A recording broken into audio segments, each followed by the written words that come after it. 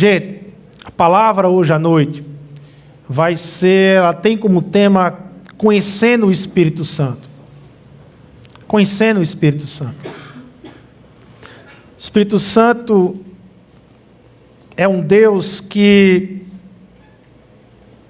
creio eu, muitas vezes negligenciado. O Espírito Santo é um Deus que muitas vezes é um Deus esquecido entre nós. Nós costumamos agradecer ao Pai, nós costumamos ser grato ao Filho Jesus, mas muitas vezes nós não somos gratos ao Espírito Santo. Muitas vezes nós não oramos e o honramos como ele deve ser honrado. Deus que está em nós, a terceira pessoa da Trindade, muitas vezes é esquecida por nós. É esquecido. Então a palavra hoje vai ser conhecendo o Espírito Santo. Porque se no passado Deus planejou todo o evento da redenção, se Jesus foi aquele que executou a redenção e todo o projeto da redenção, foi o agente da criação, hoje a igreja ela vive sendo influenciada, usada pelo Espírito Santo de Deus. Tempo do Pai, o tempo do Filho, que veio sobre a terra, mas hoje é tempo do Espírito Santo. É tempo da missão que é cumprida pela igreja através do Espírito Santo de Deus. E como nós estamos desenvolvendo um relacionamento com o Espírito Santo de Deus e o que é o Espírito Santo de Deus. João 14, aí eu já convido a igreja a abrir João 14, nós vamos ler uma parte desse capítulo. A partir de João 13, leiam 14, né? Abram 14. Mas a partir de João 13, nós temos João 13, João 14, 15, 16, 17. Nós temos uma série de mensagens de Jesus nesses capítulos que se seguem.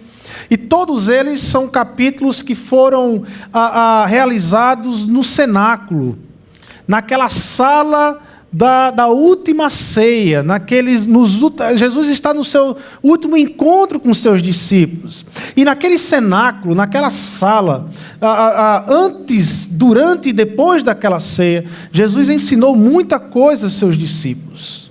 E tudo que Jesus ensinou naquele cenáculo, nós encontramos nessa série de mensagens entre João 13, João 14, João 15, João 16, e ele termina com a oração sacerdotal em João 17. Faz parte dessas últimas conversas, das últimas instruções de Jesus aos seus discípulos naquele momento. E toda esta conversa, ela está sendo envolvida por uma atmosfera de tensão. Toda essa conversa de Jesus, existe uma tensão sobre ela, que é a tensão de que Jesus ele está dizendo aos seus discípulos de que ele vai partir para o Pai. Desde João 13, Jesus está enfatizando João 13, 14, 15, 16 e 17. João está dizendo aos discípulos, olha, eu não vou estar mais aqui, eu vou partir para o Pai. Eu não vou estar mais presente de forma corpórea, física com vocês. Eu vou partir para o Pai. Estou voltando para o Pai e vocês vão ficar aqui agora sem a minha presença física, sem a minha presença corpórea. E aí é a grande questão desses ensinos, o que é que significa para nós e o que é que significou para os discípulos naquela época de seguir Jesus sem a sua presença corpórea, de seguir Jesus nessa ausência física. O que é que significa isso? O que é seguir Jesus sem vê-lo, sem tocá-lo? Porque durante 3 longos anos, Jesus ele conviveu com seus discípulos e convidou os seus discípulos a vivenciarem pelo menos 3 coisas básicas com eles. 3 coisas básicas. Primeiro, estar junto de Jesus. Imagina a quantidade de conversas demoradas que Jesus teve com seus discípulos. Imagina os milagres de Jesus. O apóstolo João, esse que escreve o Evangelho, ele vai dizer lá no final do seu Evangelho que, olha, Jesus fez muitos outros milagres. Há muita coisa que Jesus fez. Se eu fosse escrever tudo, os livros do mundo não caberiam. Eu escrevi isso, porém, para que vocês creiam que tem a vida eterna. Então imagine quantas outras parábolas que Jesus falou que não são relatadas aqui. Quantos outros ensinos, quantos outros milagres. O dormir com Jesus na mesma casa, o se levantar com Ele, o tomar um café com Ele, o papear com Jesus, como eu converso com meu amigo aqui na terra, quando você conversa com seu colega. Mas eles tinham o privilégio de bater um papo com um agente da criação, com aquele que criou o sol, o céu, a terra, e como cantamos, tudo que nele há, tudo que nele há. E eles estavam ali conversando. Imagine isso. Mas Jesus também os convidou para aprender com ele. Olha só que privilégio. Esses discípulos esteve com Jesus no Sermão do Monte, lá Mateus 5, 6 e 7, aquele grande sermão. O verbo que se fez carne agora estava falando. A maior pregação que já teve nessa terra. Eles estavam ali, privilégios de ouvir Jesus. Sermão do Monte. Quantas parábolas. E o que é melhor das parábolas, pelo menos o que eu acho melhor das parábolas, é quantas explicações esses discípulos eles ouviram de Jesus sobre as parábolas. Quantas parábolas eles não entendiam, eles não compreendiam, mas logo depois Jesus ia explicar, uma por uma, quantas parábolas existem que nem foram relatadas no Evangelho. E eles tiveram o privilégio de aprender com Jesus. Jesus eles os enviou. O mesmo Jesus os enviou a experimentar sobre a missão dos 70. 2 a 2, os discípulos foram nas casas pregar o Evangelho, anunciar a chegada do reino de Deus. E como esses discípulos voltaram, como é relatado, impactados, impressionados com a experiência que eles tiveram, um pouco da experiência do que Jesus está vivendo. As casas que abriram, as casas que se fecharam, os demônios que foram expulsos, os demônios que não foram expulsos. E eles chegaram com toda aquela experiência, e imagine então a conversa de Jesus, e como Jesus se maravilhava com esse relacionamento, que talvez não tinha caído ainda a ficha nos discípulos, mas era Deus com a sua criação. Deus com aqueles que ele decidiu amar, se relacionando agora ali. Conversando. E enfim, Jesus, quando antes de partir, ele deixa esses discípulos com a grande comissão, com a grande missão, e de fazer discípulos. Ensine-os a guardar tudo o que eu vos tenho ensinado e os batize em nome do Pai, do Filho e do Espírito Santo, algo que nós experimentamos hoje pela manhã como igreja, como comunidade local. Então Jesus ele convidou esses discípulos a estar com ele, a aprender com ele, a aprender dele e a fazer como ele faz. Fazer como ele fez aqui na terra. Mas a questão agora, João capítulo 14, a questão agora é que Jesus já não ia mais estar com eles. Jesus ele está partindo para o Pai. Então Jesus ele usa esse momento para instruir e fazer com que seus discípulos, através dessa instrução, aprendam a viver sem a sua presença física. Como viver sem a minha presença física? Então nós estamos diante das últimas instruções em que Jesus está falando para os seus discípulos como vocês agora vão caminhar aqui sem me ver, sem me tocar. Sem me ver, sem me tocar. O que é que significa para nós hoje, aqui em Natal, cidade com as suas dificuldades, com as suas chamadas para respostas que nós temos, pressões que nós devemos receber, resposta que nós devemos dar à cidade, uma cidade ambígua, uma cidade que exige, que nos pressiona, uma cultura que muitas vezes nos pressiona a abandonar os valores da fé, os valores da caminhada com Deus, do Evangelho. O que é viver sem a presença de Jesus, física, corpórea, hoje aqui em Natal? O que é viver sem ver Jesus, sem tocar em Jesus, sem a presença física dele aqui?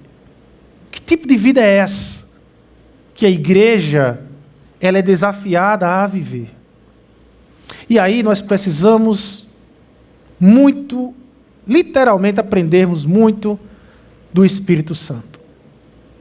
Porque a vida que Jesus, a vida que Deus propõe para a igreja é a partir do Espírito Santo.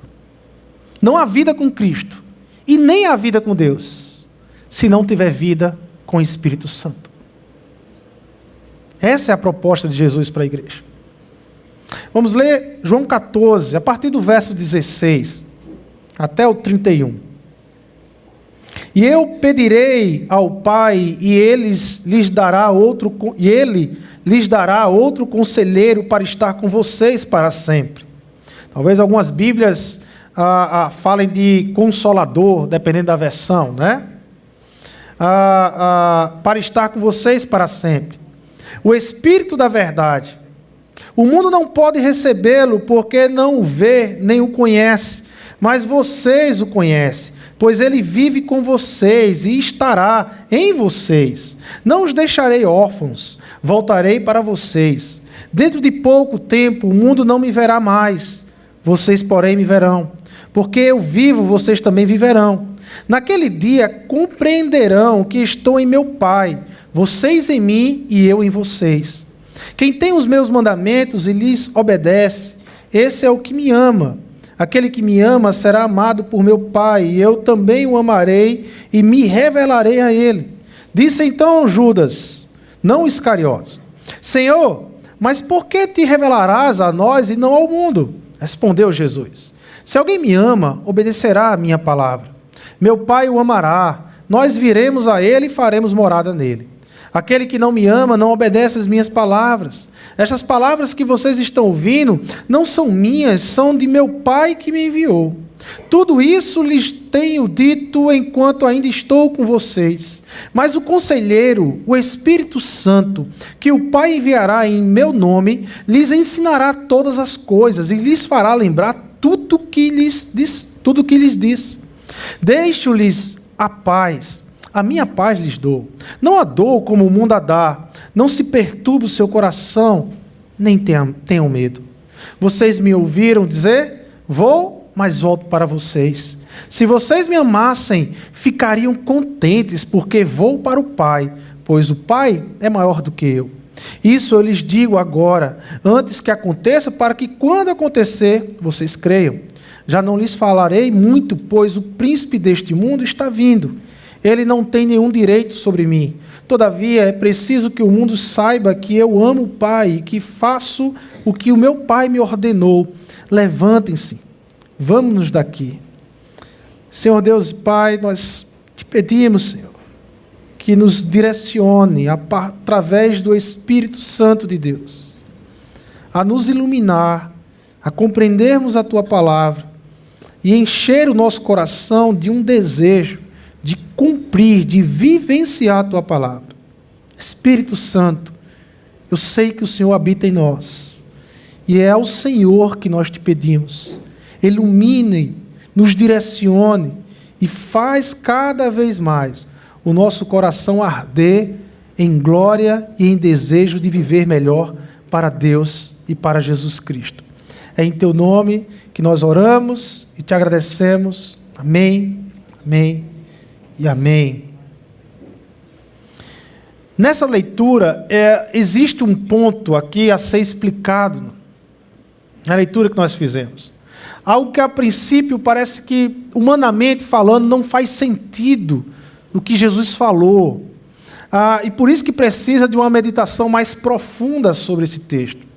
No versículo 28, Jesus ele diz aos seus discípulos assim: se vocês me amassem, ficariam contentes porque vou para o Pai. Jesus ele meio que coloca em dúvida a questão do amor dos discípulos por ele. E ele diz assim, olha, se vocês me amassem, vocês estariam contentes, vocês estariam vibrando, porque eu vou embora, que eu vou para o Pai. E a princípio nós não compreendemos, mas à vista de todo o contexto, nós entendemos o que Jesus estava falando é que ele indo, o Pai vai enviar o Consolador. Ele indo, o Pai vai abrir uma nova era, um novo tempo de relacionamento. O que Jesus está querendo explicar aqui é que, olha, nesse tempo, o meu relacionamento com vocês é muito geográfico, aonde eu estou corporeamente, e vocês têm que vir até mim para receber as bênçãos, porque é muito geográfico e físico. Mas haverá um tempo, quando eu for para o meu Pai, que esse tipo de relacionamento, limitado pela geografia, será quebrado. As fronteiras geográficas serão quebradas. E nós vamos nos relacionar continuamente, constantemente, independente de onde você estiver, de como você estiver, porque o Pai enviará o Consolador para morar em vocês. O Espírito Santo estará sobre vocês. As barreiras serão quebradas. Esse texto está falando da vinda do Espírito Santo, de como João coloca aqui o Consolador. Quando Jesus ele fala do Espírito Santo aqui, ele usa um termo para caracterizar o Espírito Santo, que é um termo muito amplo no grego. Um termo chamado Paracletos, que é um termo que tem uma amplitude gigante na língua original do Novo Testamento, no grego.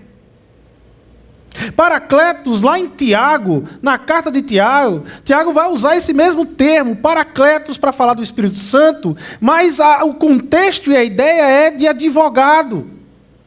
O Espírito Santo é aquele que advoga, é aquele que lhe defende.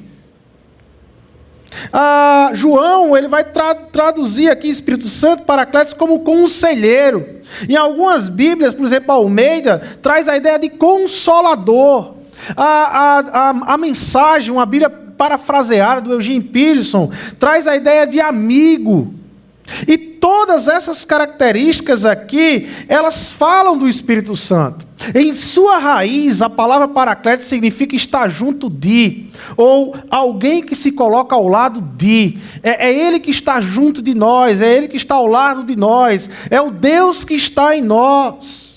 Nas batalhas antigas, quando os exércitos estavam perdendo suas batalhas, e quando os exércitos estavam perdendo, não estavam mais encorajados, estavam temendo nas batalhas, existia dentro do exército um homem ou um grupo de pessoas chamadas de paracletos. Eles eram chamados às batalhas para encorajar o exército, para encorajar a tropa que estava perdendo a coragem com as perdas, com as batalhas. E os paracletos iam para discursar e trazer encorajamento, que é uma das ações do Espírito Santo. Todas essas palavras, elas nos ajudam a entender a ação do Espírito Santo em nós. Ele se coloca ao lado, Ele é o Deus que está conosco, em nós, para nos defender, para nos ensinar, para nos encorajar. Quantas vezes você talvez não passou um domingo em que você está ali e você está sem coragem de vir para a igreja, você não quer vir para a igreja, mas de repente o seu coração se acende de vontade, de desejo de estar com seus irmãos, de estar na igreja, alguma coisa lhe fala do desejo de você estar aqui, e de repente, como você menos espera, você está aqui adorando, glorificando a Deus, e você sai daqui agradecendo a Deus, e o Espírito Santo que está em você agiu desde o primeiro momento para te trazer aqui. Quantas vezes, quantos testemunhos eu já ouvi de pessoas que passavam de frente para a igreja, e elas diziam assim: olha, pastor, mas teve um dia que do nada eu olhei para a igreja e disse: eu vou para essa igreja, eu vou para esse culto, eu preciso disso. Era o Espírito Santo agindo já no coração daquela pessoa. Com o tempo de leitura, ela compreendeu a salvação na vida dela. Do Evangelho, do Espírito Santo que chegou sobre a vida dela. Quantas ações o Espírito Santo não faz sobre nossas vidas. em todos os dias de nossas vidas. Por isso que Jesus diz: vocês devem se alegrar com a minha partida. Vocês devem vibrar porque eu vou para o Pai. Porque quando eu for para o Pai, nós vamos inaugurar uma nova forma de relacionamento com vocês. Vibrar. Entretanto, é feita muita confusão sobre a terceira pessoa da Trindade. Quem é esse Paracleto? O que é que ele veio fazer e o que é que ele faz em nós? Há muita confusão sobre a pessoa do Espírito Santo. E aí, nessa noite, eu queria compartilhar um pouco com a igreja, pelo menos de 3 pontos. É riquíssimo isso aqui. Eu venho desde o ano passado estudando João 13, 14, 15, 16, 17, 18, as últimas instruções de Jesus aos seus discípulos. Me lembro que na série do Natal, a gente pregou uma mensagem aqui, eu acho que era desembrulhando o presente, alguma coisa assim, justamente em João 14, falando da palavra e do Espírito Santo, como esse presente de Deus para nós, após o Natal, ou seja, o Natal, a consequência, traz a palavra de Deus e traz o Espírito Santo de Deus. Mas é muito rico esse texto aqui, mas hoje à noite nós vamos nos ater em 3 pontos aqui sobre o Espírito Santo, sobre o Espírito Santo de Deus. O primeiro ponto se encontra no verso 16. E eu pedirei ao Pai, e Ele lhes dará outro conselheiro para estar com vocês para sempre. Para sempre. A primeira verdade que nós precisamos aprender do Espírito Santo é que Ele é um Deus pessoal. Ele é Deus pessoal. Ele é um Deus pessoal. Esse termo aqui, outro, ele lhes dará um outro conselheiro. Esse termo outro aqui, ele poderia ser proposto por 2 formas no grego, na língua original do Novo Testamento. Há 2 formas de você falar outro no grego. A primeira forma é héteron. A primeira forma é héteron, que significa um outro de natureza diferente, um outro diferente de mim. Então, quando eu queria dizer um outro diferente de mim, eu usava héteron, que vem que é uma raiz da palavra heterogêneo, um outro diferente de mim. Mas existe uma outra palavra no grego para expressar a palavra outro, que é alon. E essa palavra alon significa um outro de mesma natureza, um outro de mesma essência, um outro igual a mim, de mesma natureza, de mesma essência. E a palavra que Jesus usa aqui é alon. O que Jesus está dizendo é que, olha, eu sou o primeiro consolador. Como Isaías 9 diz, maravilhoso conselheiro. Eu sou o primeiro consolador, mas agora vem o Espírito Santo, que é o outro, alon, da mesma natureza, da mesma essência. O amor que eu tenho por vocês, Ele tem por vocês. A compaixão que eu tenho pela criação de Deus, Ele vai ter pela criação de Deus. A ação que eu promovo em vocês, Ele vai agindo por meio de vocês. É a mesma natureza, o mesmo amor, a mesma essência e natureza agora vai habitar em vocês.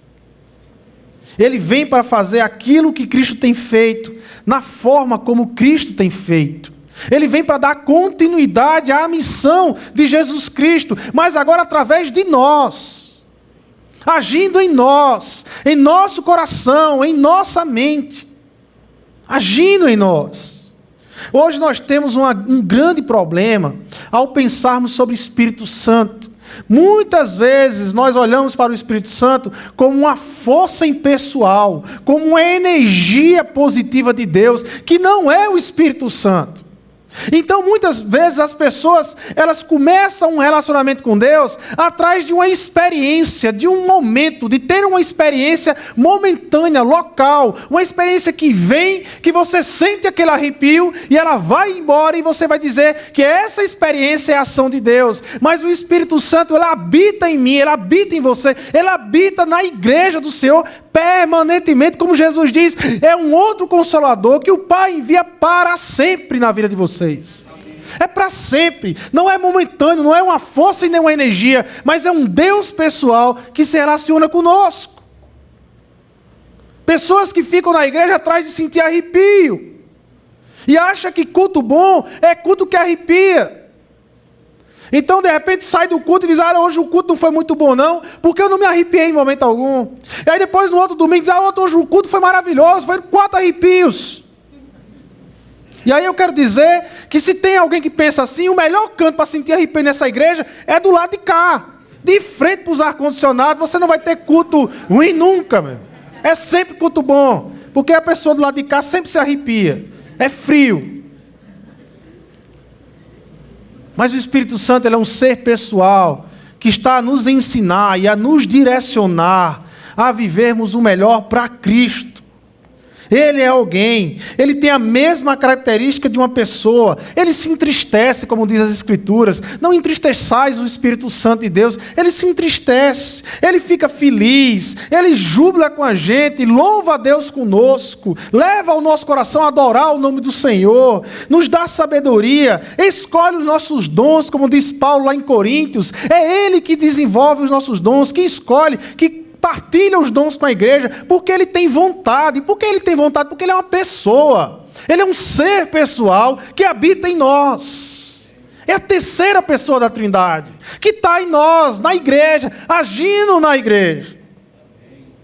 Existe um livro do Henry Scougal, chamado A Vida de Deus na Alma Humana. E Scougal, nesse livro, ele vai descrever o Espírito Santo como Deus sem face. Fantástico isso. O Deus sem face, o Deus que não quer aparecer, o Deus que não está para holofote. Sabe por quê, irmãos? Porque a ação do Espírito Santo em nós, tudo que ele promove, tudo que ele focaliza, é na pessoa da segunda pessoa da segunda pessoa da Trindade. É em Jesus Cristo que estão os holofotes. Ele faz questão de sair de cena e de tempo todo dizer para nós, é Jesus que deve ser adorado, é Jesus que deve ser, porque ele é o rei do universo.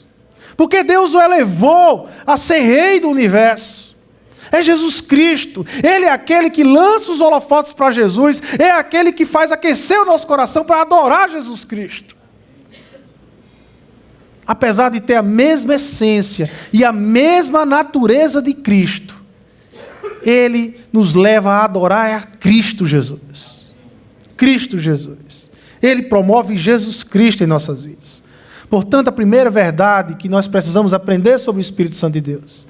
O Espírito Santo de Deus não é uma força, o Espírito Santo de Deus não é uma energia positiva, o Espírito Santo de Deus é a terceira pessoa da Trindade que está em nós para nos direcionar a uma adoração correta a Jesus Cristo. Através da palavra, através da oração, através da comunhão com os santos. Espírito Santo de Deus. Pessoal que está em nós, ser pessoal. A segunda coisa que eu quero compartilhar sobre o Espírito Santo de Deus é o que é que ele faz em nós. Qual é a ação dele aqui na terra? O que é que ele faz por meio da igreja? Olha o verso 19. Dentro de pouco tempo, o mundo não me verá mais. Vocês, porém, me verão, porque eu vivo, vocês também viverão. O mundo não me verá mais, mas vocês me verão. O mundo vai me conhecer através daqueles que me veem. O Espírito Santo é aquele que imprime o caráter de Cristo no nosso coração. O Espírito Santo é aquele que faz com que Jesus se torne real, que a história de Jesus é real para nós. É aquele que nos induz a caminhar pela fé em Cristo Jesus e torna Jesus Cristo um ser real em nossas vidas. Vivemos por uma causa real, por um Deus real. O Espírito Santo é aquele que faz com que, mesmo que Jesus não esteja presente corporeamente e fisicamente nessa terra hoje, ele está presente, porque a igreja do Senhor está presente e o Espírito Santo de Deus está na igreja do Senhor. Por isso que Jesus diz, olha, o mundo não me verá, mas vocês me verão. E é a partir daí, do como vocês me veem por meio do Espírito Santo, a partir dessa ação do Espírito Santo em suas vidas, é que o mundo me verá e conhecerá que eu existo. Atos capítulo 1, verso 8. O que é que Jesus diz para os seus discípulos? Que eles não podem ser minhas testemunhas. Vocês não vão conseguir ser minhas testemunhas se o Espírito Santo não estiver sobre vocês. Olha o que é que diz: mas receberão poder quando o Espírito Santo descer sobre vocês, e serão minhas testemunhas em Jerusalém, em toda a Judéia e Samaria, até os confins da terra. Olha, é a partir dessa ação, a partir do Espírito Santo que vai habitar em vocês, então vocês poderão ser minhas testemunhas. Não é ser testemunha da Igreja Batista Zona Sul, não é ser testemunha de placa de igreja, mas testemunha de Jesus Cristo por meio do Espírito Santo de Deus. Mas isso só é possível pelo Espírito Santo. Apesar de Lucas aqui em Atos, em um dado momento ele vai focar na vida de Paulo, e talvez a princípio a gente pensa que o grande autor ou o grande personagem de Atos é o apóstolo Paulo. Inclusive vale a pena você assistir o filme, né? Paulo, apóstolo de Cristo. Vale a pena você juntar sua célula, assistir o filme, e é maravilhoso. O filme é muito bom, muito bem feito, né? Muito fidedigno às escrituras. Então, mas apesar de que aparentemente parece que Lucas ele foca em Paulo, mas quando você lê todo o livro de Atos, você percebe nas entrelinhas que quem Lucas está mostrando como principal personagem não é Paulo, é o Espírito Santo. É o Espírito Santo que está o tempo todo agindo na igreja em Atos, está o tempo todo desenvolvendo a igreja em Atos. É pelo Espírito Santo, pelo poder do Espírito Santo, que nós somos testemunha. E é por isso que Jesus vai dizer: olha, porque eu vivo, vocês também viverão. E aqui Jesus está fazendo uma clara alusão à ressurreição que vai acontecer. O que Jesus está dizendo é que, olha, quem habita em mim, o mesmo poder que habita em mim, a mesma a força que habita em mim, que vem através do Espírito Santo que está em Cristo Jesus, que promove essa ressurreição em Cristo Jesus, é o mesmo que estão em vocês. É o mesmo que está na igreja promovendo uma ressurreição espiritual na igreja diariamente, constantemente, transformada pelo Evangelho, mas pelo poder que vem do Espírito Santo. Poder que vem do Espírito Santo. No capítulo 17 de João, Jesus diz: tudo que tenho é teu. Capítulo 17, no verso 7.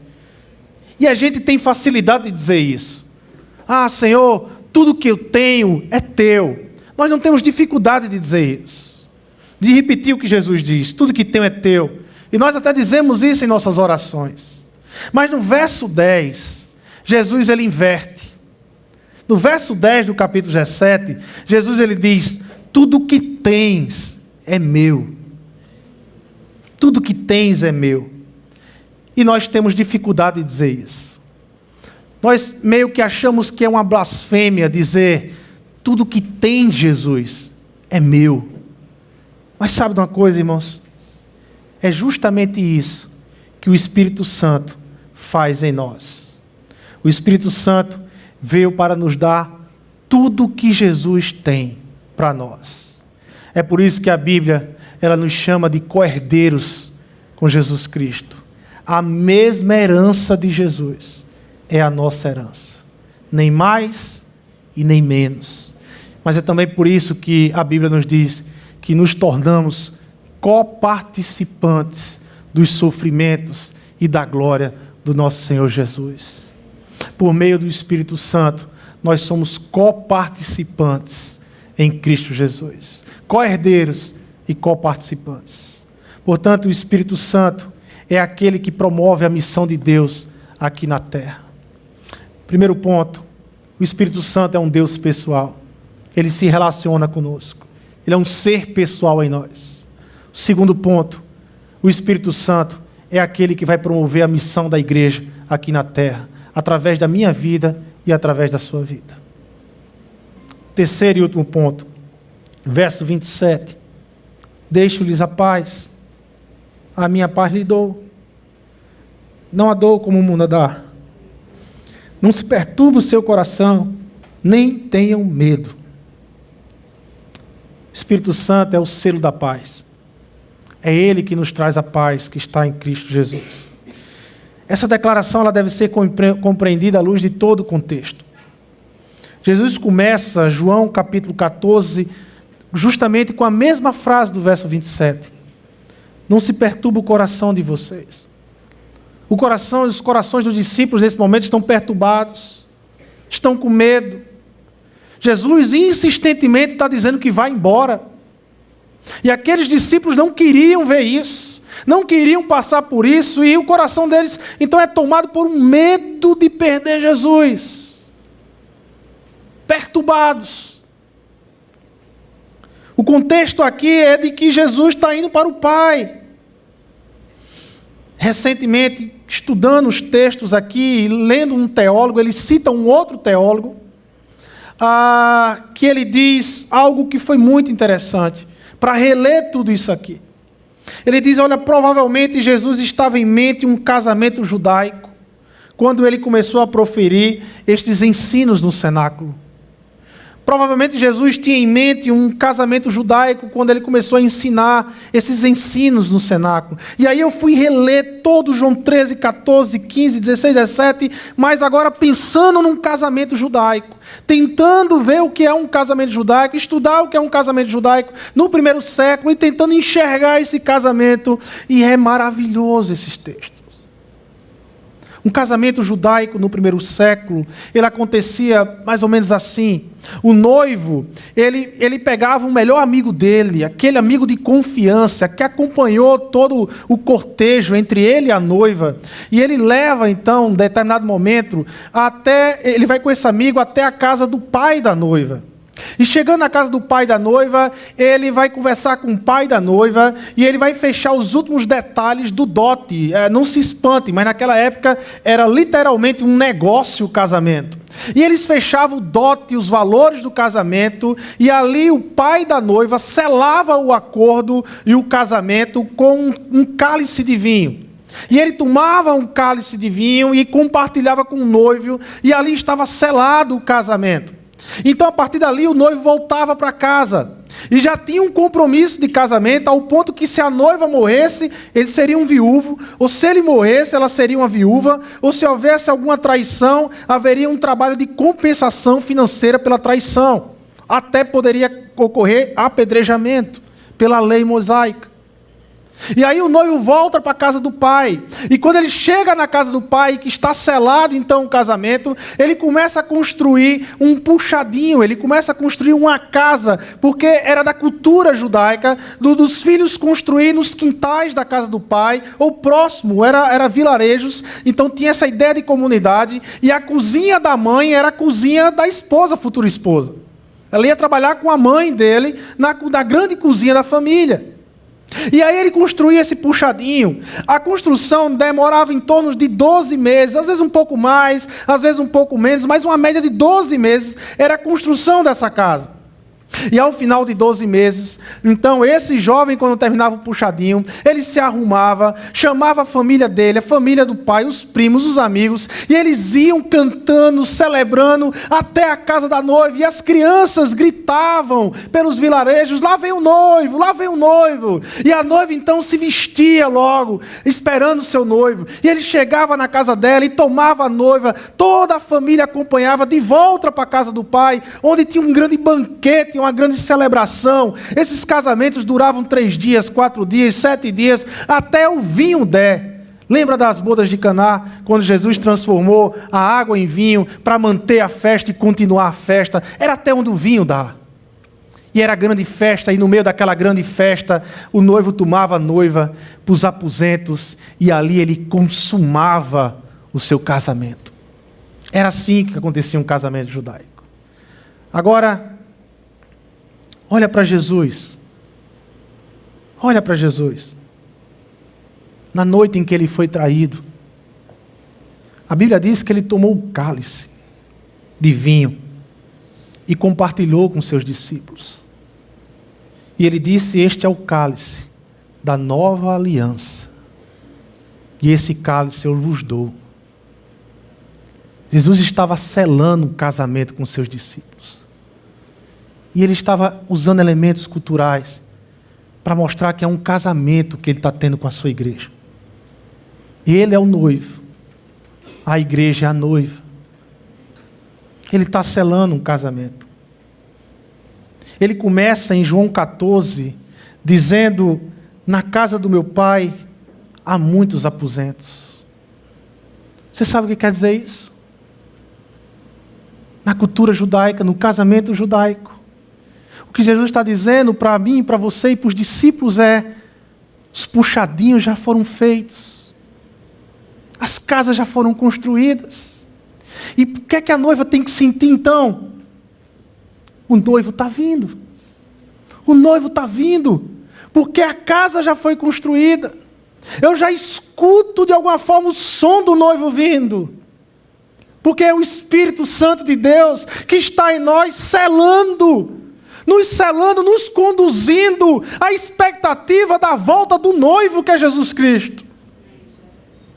O apóstolo Paulo, em 2 Coríntios, capítulo 1, verso 21, 22, ele diz assim: ora, é Deus que faz que nós e vocês permanecemos firmes em Cristo. Paulo está dizendo assim: olha, a gente não fica firme em Cristo porque não é pela nossa força, não. Não é pelo poder que a gente tem, não. Não é pelas convicções que a gente tem, não. É Ele que nos mantém. É Ele que nos mantém. Ele, aí Paulo vai continuar, Ele nos ungiu, nos selou como sua propriedade, ou seja, a ideia de compra, de sermos uma propriedade. Houve uma compra, o sangue de Cristo foi o pagamento na cruz do Calvário, o sangue de Cristo foi o dote que foi pago. E Paulo continua dizendo: e pôs o seu Espírito em nossos corações como garantia do que está por vir. Do que está por vir. Ele voltará, irmãos. E ele deixou pistas para os seus discípulos muito claras: eu voltarei porque vocês é minha noiva. Haverá as bodas e casaremos com Jesus para sempre. Amém. Creiam nisso. Ele quis deixar pista para os seus discípulos. Ele quis deixar tudo muito claro para que eles entendam que ele vai voltar. Então, nós podemos compreender o que Jesus está dizendo aqui no verso 27. Deixo a minha paz vos dou. Que paz é essa que Jesus dá para a sua igreja? É a paz, é a certeza de que nunca mais nós vamos nos separar dele. É a paz e a certeza que um dia haverá o encontro. É a paz e a certeza que o noivo vai voltar. É essa paz que o mundo não pode dar, porque o mundo não tem Jesus para dar, mas o Evangelho tem. Se você essa noite está aqui e ainda não tomou uma decisão para Jesus, ainda não tomou uma decisão com relação ao Evangelho, entenda que só quem pode lhe dar Jesus é o Evangelho de Cristo. Só quem pode falar de forma autêntica sobre Jesus é o Evangelho de Cristo. Ele, o Evangelho, tem um noivo para te dar. Entenda isso. O mundo não pode lhe dar essa paz, porque o mundo não tem Jesus como noivo. Mas o Evangelho tem. E o Espírito está em nós todos os dias, como diz Paulo, e para sempre nos imprimindo esta verdade. Ele voltará, Ele voltará. Tenha calma, tenha paz, Ele voltará. Tenha calma, tenha paz, Ele voltará. O que é que significa seguir Jesus em sua ausência? Significa viver pelo Espírito Santo. Significa compreender a ação do Espírito Santo sobre nossas vidas. Significa que o Deus que está em nós se relaciona conosco de uma forma mais íntima do que o nosso cônjuge. Ele é um Deus pessoal. Um Deus que ama e deixa-se ser amado. Um Deus que está ao lado para nos encorajar, para nos defender, para nos guiar pelas verdades de Cristo, dando sentido às suas palavras em nossas vidas. Significa desenvolvermos a missão por meio dele, onde aponta constantemente para o Jesus que triunfou na cruz, para o Jesus que triunfou ao terceiro dia e vive. Como diz o apóstolo Paulo lá em 1 Tessalonicenses, capítulo 1, verso 5, não adianta trazermos o evangelho só com palavras. Paulo ele vai dizer, olha, porque o nosso evangelho não chegou a vocês somente em palavra, mas também em poder do Espírito Santo e em plena convicção. Nós precisamos ser uma igreja que não transmita apenas o Evangelho em palavras, mas as palavras que venham carregadas pelo poder do Espírito Santo, pela ação transformadora do Espírito Santo nas nossas vidas. Esse é o poder do Espírito Santo, que nos transforma, que nos molda, que nos faz melhores pais, que nos faz melhores esposos e esposas, que nos faz melhores filhos. E nesse poder do Espírito Santo, nós anunciamos o Evangelho lá fora. É isso que Paulo está dizendo aos Tessalonicenses. Não chegou só em palavra, mas chegou no poder transformador do Espírito Santo.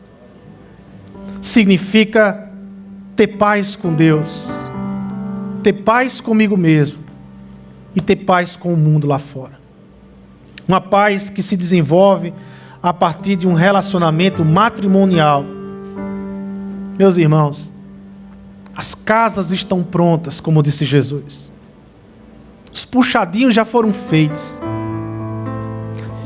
Todo mês, no primeiro domingo de cada mês, como comunidade cristã que pertence a Jesus, nós compartilhamos o vinho, para lembrarmos que temos um casamento, para lembrarmos que já pertencemos, já temos um noivo, que é Jesus, que já foi pago o dote na cruz do Calvário.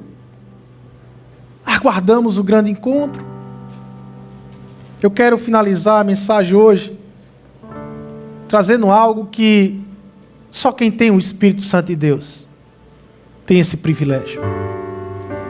Não é querer ser mais do que ninguém, mas só quem tem o Espírito Santo de Deus pode ter esse privilégio de olhar para o Criador, de olhar para aquele que formou os céus e a terra, para aquele que tem a vida em suas mãos, de poder olhar para Ele. E como diz o apóstolo Paulo aqui em Gálatas, capítulo 4, verso 6, Paulo diz assim: e porque vocês são filhos, Deus o enviou, o Espírito do seu Filho, aos seus corações, o qual clama: Abba, Pai. Você sabe o que significa a palavra Abba, Pai? Abba, Pai é a forma carinhosa. É a forma carinhosa que um judeu tinha para falar com seu pai. Abba, Pai significa paizinho, painho, no nordestinês. Sabe, é papai. Você que é o Criador, o Senhor que criou todas as coisas, mas pelo poder do Espírito Santo que o Senhor botou em mim, eu posso olhar para Deus, o Pai, e dizer: paizinho, chega aqui. Papai, me acuda aqui, porque estou precisando demais do Senhor. E talvez meio que sussurrando no nosso ouvido, a gente escute algo assim: na verdade, filho, eu já estou aí. Eu estou com você, filho. O Espírito Santo está sobre você. Ele habita, eu habito em você. Eu ajo sobre você. Eu o amo, por isso que eu o tenho como morada. Espírito Santo de Deus.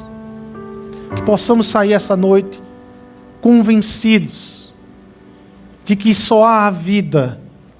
E a vida só se torna bela em Cristo Jesus e com o Pai, na ação do Espírito Santo. Podemos reconhecer quem é o Espírito Santo, esse Paracletos que habita em nós. Vamos orar? Senhor Deus e Pai, nós queremos aqui te agradecer, Senhor. Te agradecer porque em seu maravilhoso plano de redenção, no seu grandioso plano de redenção, o Senhor decidiu morar em nós. O Senhor decidiu habitar em nós. E permitiu com que a terceira pessoa da Trindade, o Deus, o Espírito Santo de Deus, habitasse em nós, morasse em nós e agisse sobre o nosso coração, sobre a nossa consciência, tornando toda a tua realidade, toda a tua história real para nós. Real. vivemos a tua realidade, os nossos olhos se abriram, vimos o que estava por trás das escamas quando caiu e nos maravilhamos em perceber a presença triunfante e vencedora de Jesus Cristo, Senhor. Nós somos gratos ao Senhor. Espírito Santo, que habita em nós e que está em nós e sobre a igreja, nós te pedimos, Senhor, que continue a agir no nosso coração, a agir na nossa consciência, a nos direcionar cada vez mais para adorar o Filho Jesus Cristo. Haja sobre nós, nos dias em que o nosso coração estiver frio, nos dias em que queremos chutar o balde e abandonar tudo, venha e acenda um fogo no nosso coração, Espírito Santo. Vem, Espírito Santo, e acenda, nos direciona, Senhor, faz queimar o nosso coração, faz nos iluminar a nossa mente, para compreendermos mais, compreendermos para vivermos, para a honra e glória de Jesus. Nos ajuda. Nós só podemos viver essa realidade se o Senhor, Espírito Santo, habitar e nos encher do Senhor, nos encorajar a viver essa realidade. Nos ajuda para vivermos uma vida digna para a glória de Deus. É em teu nome, Jesus, que nós oramos, te agradecemos desde já. Nos despede em paz aos nossos lares hoje, Senhor, e nos dê, Pai amado, uma vida cheia do Espírito. É em teu nome, Jesus, que nós oramos e te agradecemos. Amém e amém.